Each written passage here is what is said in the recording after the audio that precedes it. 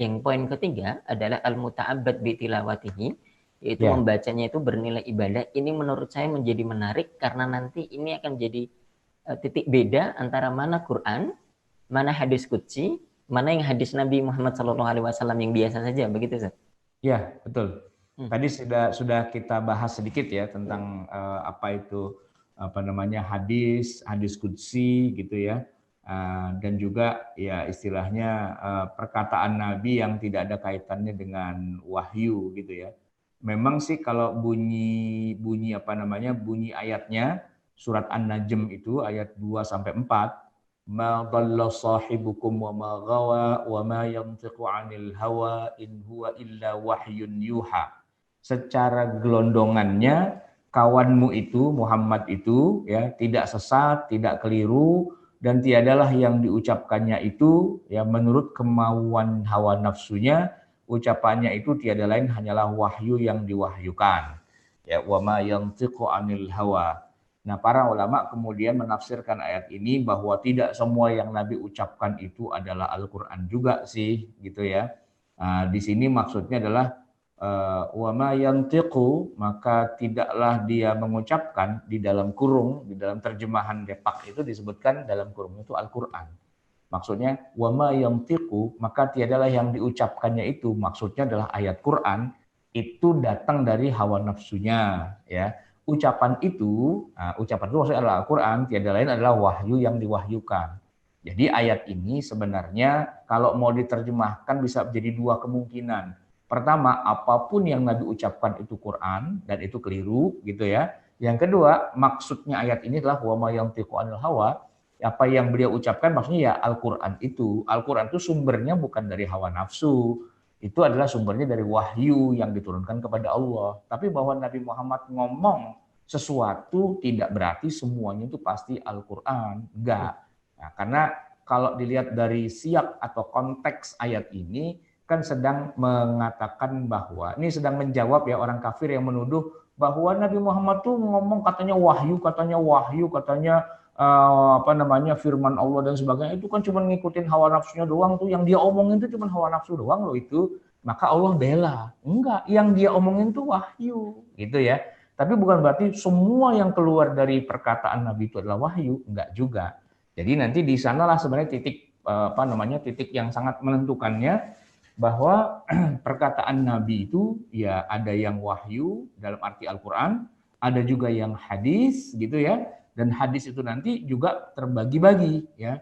Ada yang hadisnya itu meredaksikan ulang dari perkataan Allah, kita sebut dengan hadis qudsi gitu ya. Ada juga hadis yang memang itu terkaitan dengan syariah, kita sebut dengan sunnah tasyri'iyah gitu ya. Nah, ada juga nanti hadis Nabi yang tidak ada kaitannya dengan sunnah tasyri'iyah. Jadi omongan biasa aja terkait dengan realitas kehidupan beliau yang tidak bisa atau tidak perlu dijadikan sebagai role model dari hukum-hukum syariah, karena beliau sedang terjebak, ya bahasanya terjebak dengan realitas beliau saja di masa itu. Ya, misalnya ketika saya cenderung mengatakan ketika Nabi misalnya bicara tentang mohon maaf nih tentang buang air besar gitu ya. Kan Nabi bilang selalu begini kepada para sahabat, kalian kalau pada mau buang air besar itu jangan lupa bawa 3 batu. Bawa batu 3 biji gitu. Buat apa ya Rasul? Ya buat cebok lah gitu kan. Nah, ini adalah hadis Nabi nih, ya kalam Nabi yang pasti itu bukan Al-Qur'an, ya kan, bukan Quran. Yang kedua, ya itu hadis memang, tapi juga hadisnya bukan hadis tasyri'i, bukan hadis yang kaitannya dengan syariah. Itu adalah hadis yang sifatnya ghairu tasyri'iyah gitu, yang tidak ada kaitannya dengan syariah. Karena Nabi nyuruhnya pakai batu. Nah, enggak harus kita umat Islam sedunia kalau buang air besar itu ceboknya pakai batu, kan enggak gitu ya. Jadi kira-kira seperti itu, nanti para ulama membagi lagi tentang apa yang dikatakan kepada yang dikatakan oleh Nabi Muhammad SAW. Sebagian itu bersumber dari wahyu, ya sebagian lagi bukan. Yang dari wahyu Allah itu terbagi menjadi dua, ada yang Quran, ada yang bukan Quran, yang syariah. Nah, yang syariah atau yang hadis lah begitu kira-kira. Nah, itu terbagi menjadi ada hadis qudsi dan hadis yang sifatnya tidak qudsi. Hadis qudsi itu apa sih?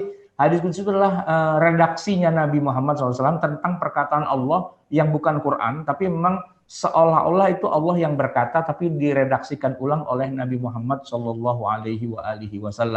Seperti ketika Allah berfirman, ya berfirman tapi bukan Al-Quran nih, ya. Ana inda dhanni abdi bi, ya begitu. Aku sebagaimana apa yang disangkakan oleh hambaku kepadaku. Kalau dia menyangka aku baik, ya aku akan berlaku baik pada dia. Ya kan, kalau aku dipersangkakan buruk, ya aku juga buruk juga gitu, ya kan. Nah itu disebutkan begitu. Atau misalnya ketika hadis qudsi yang lain menyebutkan bahwa setiap malam sepertiga malam yang terakhir aku turun ke langit dunia, ya, untuk mendengarkan siapa yang bermohon ampun akan aku ampuni, siapa yang meminta akan aku penuhi, dan seterusnya dan seterusnya. Itu banyak rangkaian-rangkaian hadis qudsi yang kesannya itu adalah perkataan Allah, dan memang perkataan Allah gitu ya. Tapi dia tidak masuk di dalam Al-Quran, masuknya sebagai hadis. Gugusnya itu adalah hadis. Cuman hadisnya karena seolah-olah representasi dari perkataan Allah, begitu ya.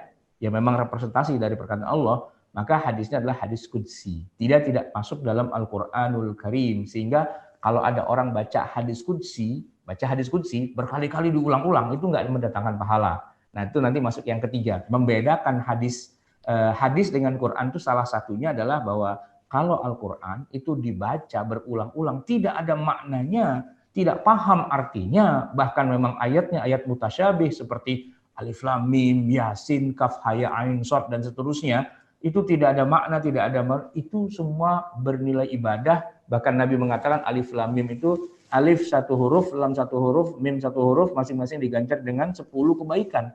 Jadi baca alif lam mim, nggak tahu artinya, nggak ada maknanya, itu dapat 30 kebajikan. Itu Quran. Tapi kalau hadis, enggak. Misalnya hadis Nabi, innamal a'malu binniyat wa innamal likulli imri'in ma nawa. Coba baca itu berulang-ulang 100 kali Ustaz Wildan, berpahala enggak? Enggak. Kenapa? Karena itu bukan Quran. Jadi membedakan Quran dengan hadis itu nanti, apakah kalau dibaca itu mendatangkan pahala? Apakah kalau hadis sih berpahala ketika kita memahami, ketika kita menghormati keberkahannya, tapi bukan pahala yang sifatnya yang sifatnya ritual gitu ya. Baik Ustaz. Jadi beda antara hadis dan Quran itu. Quran itu dibaca bernilai pahala, tetapi ada juga kadang orang yang ngeblank begitu Ustaz. Ini biasanya anak muda begitu ya, anak muda menjadi imam karena tahu di belakangnya itu ada calon mertuanya begitu, maka dia baca setelah Al-Fatihah itu baca hadis. Jadi setelah ghairil maghdubi alaihim waladdallin amin an Abi Hurairah radhiyallahu taala anhu gitu. Ini ngeblank ini.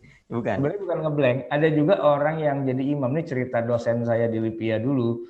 Dia memang kaget ya ketika ada imam itu baca Al-Quran, Al-Fatihah sudah benar, tapi begitu surat yang harusnya dia baca yang kaligrafi di masjid itu loh.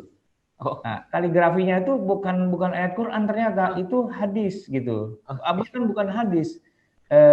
Kan gini, bagaimana bunyinya saya lupa. Qoblal maut gitu, apa gimana bunyinya itu? Ingat nggak? Jadi qoblal maut gitu, qoblal faut gitu ya. Itu kata-kata dalam bahasa Arab memang bagus dan ditulis sebagai kaligrafi gitu kan. Nah oleh dia dibaca itu gitu kan. Kalau dhalin amin gitu kan. Bagaimana bunyinya? Qoblal maut, qoblal faut gitu yang kayak gitu. Nah itu juga itu lebih parah lagi gitu. Parah lagi. Kata-kata mutiara dibaca gitu. Iya, nanti kan ada yang nulis an-nazafatu minal iman, Allahu Akbar. Wah, kacau ya. Oke. Baik, Sandi. Itu 3 poin untuk mendefinisikan Al-Quran secara istilah begitu, Ustaz.